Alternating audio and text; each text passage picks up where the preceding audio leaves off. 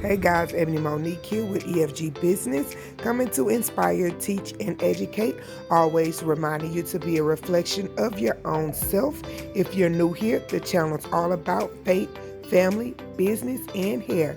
Don't forget to like, comment, and subscribe. So I'm just out here enjoying the beauty of the Lord, and then I look over and I see this. How you turn this thing around?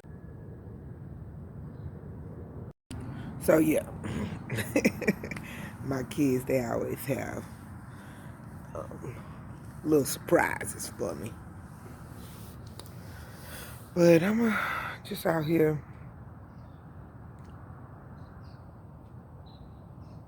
just thinking, because I'm a thinker. And a lot of times when I'm thinking, I'm self-evaluating and I'm playing situations in my mind.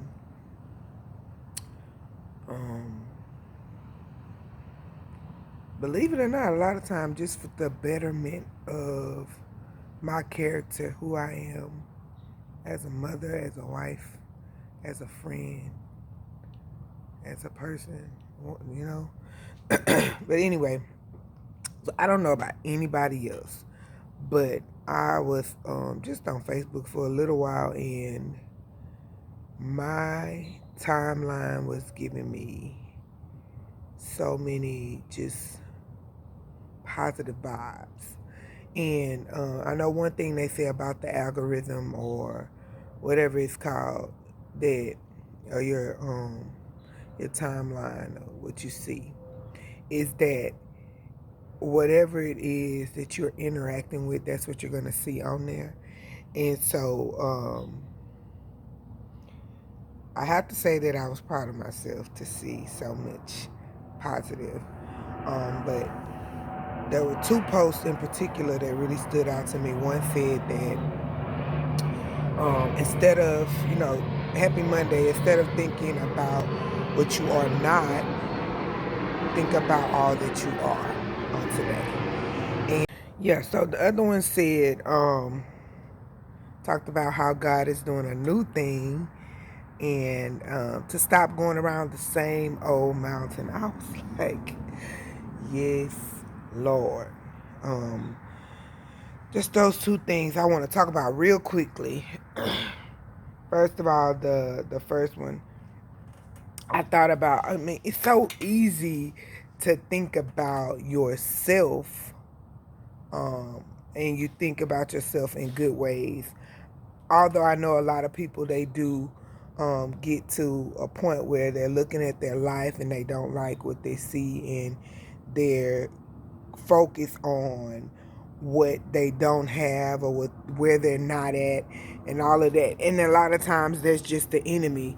And sometimes it can be a wake-up call, to help us to thrive. But if you're focusing on that and not trying to find a solution and getting yourself out of where you are, then it's just the enemy trying to make you feel like you're less than, even when you're trying all you can.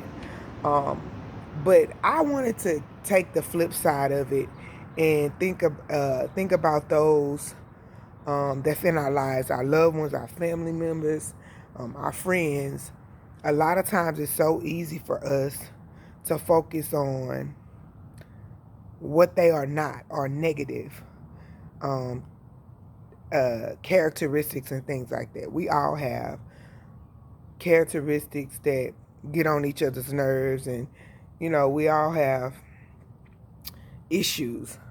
But a lot of times it's so easy for us to focus on the negative of others, and we sort of take them for granted, or we don't focus on the good things, the beautiful things, the positive things, the interesting things, the loving things about those people.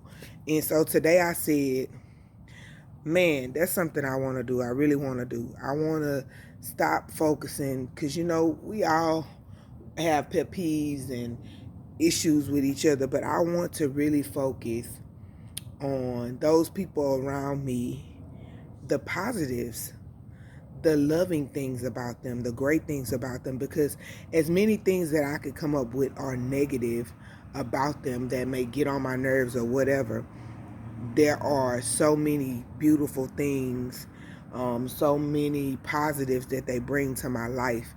And so I just want to encourage somebody else to do the same. Like today and every day, like when you wake up, just try to focus on the positive things. A lot of times we get upset, we go to sleep mad, we wake up and we still thinking about those things, and even in our sleep, those things are on our minds. But it would be so much easier to just flip the thought and focus on the good things about those people.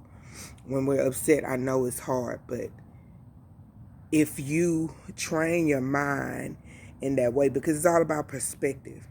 When we choose to focus on the good, it's so much easier. So just want to encourage somebody on that. And then the other one, God is doing a new thing. So stop going around the same old mountain. That's the thing. Like we go back to the past. And a great friend of mine, she mentioned that somebody told her that the past is to be a frame of reference. It's to be used as a frame of reference and not to be lived in. And I swear to you, this has stuck in my heart so heavily. Whenever I want to go back and bring up something from the past, I always in my head tell myself, like, are you bringing this up because you're reliving it? Are you still living there in that past issue? Or are you bringing this up as a frame of reference to get the person to understand? And even in that, when you bring up old things, quite honestly, you really are still living in those places.